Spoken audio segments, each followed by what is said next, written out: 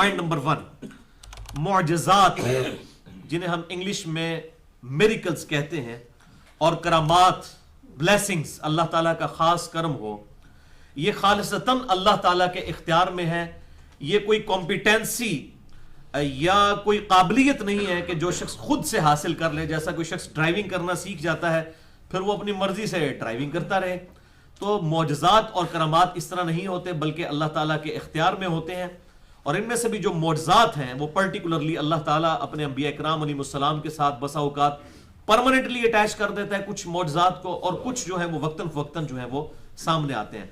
अलबत्ता जहां तक करामात का ताल्लुक है तो ये टोटली जो है दुआ की कबूलियत तक इसका ताल्लुक है, किसी के हाथ में कोई चीज लेने वाली बात नहीं है। और इसी तरीके से जो तीसरी चीज है इस्तिदराज, मुअजिज़ा, करामत और इस्तिदराज, जिसे हम इंग्लिश में इल्यूजन कहते हैं, नजरबंदी, ये किसी भी फासिक और फाजिर शख्स, किसी गैर मुस्लिम से भी जाहिर हो सकती है, लेकिन किताब और सुन्नत की रोशनी में ये कोई दलील नहीं होती। ये नजरबंदी और जादू ही होता है, और इसको बुनियाद बनाकर कोई शख्स किताब और सुन्नत के खिलाफ कोई चीज प्रोपेगेट नहीं कर सकता। पॉइंट नंबर 2, हमारे महबूब इमाम कायनात सय्यदुल अव्वलीन वल आखिरीन शफीउल मुज़निबीन रहमतुल लिल आलमीन सय्यदुना व मौलाना इमाम आज़म मुहम्मद रसूलुल्लाह सल्लल्लाहु अलैहि व आलिहि वसल्लम को दावे नबूवत के एतबार से जो वाहिद मौजज़ा दिया गया वो अल कुरान है। आप सल्लल्लाहु अलैहि वसल्लम की नबूवत चूंकि क़यामत तक के लिए थी, लिहाजा अल्लाह ताला ने आपको मौजज़ा भी ऐसा दिया कि जो क़यामत तक के लिए है।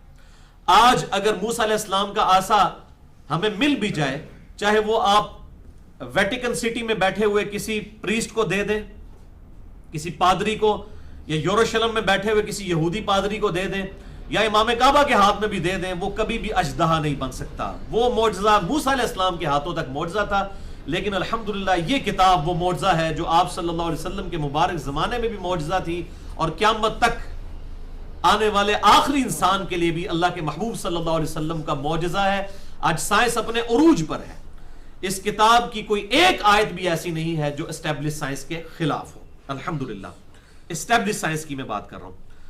तो आप सल्लल्लाहु अलैहि वसल्लम को मुर्दे जिंदा करना, इसी तरीके से आसा को अजदहा में बदल देना, इसी तरीके से जितने भी फिजिकल फिनोमेना ऑफ नेचर को तोड़ने वाले टेंजिबल फॉर्म में मौजज़ात अगले अंबिया को दिए गए, आप सल्लल्लाहु अलैहि वसल्लम को दावे नबूवत के लिए ऐसा कोई मौजज़ा नहीं दिया गया। लेकिन आप सल्लल्लाहु अलैहि वसल्लम के हिस्सी मौजज़ात टेंजिबल फॉर्म में फिजिकल फिनोमेना ऑफ नेचर, कानून कुदरत को तोड़ने वाले मौजूद हैं।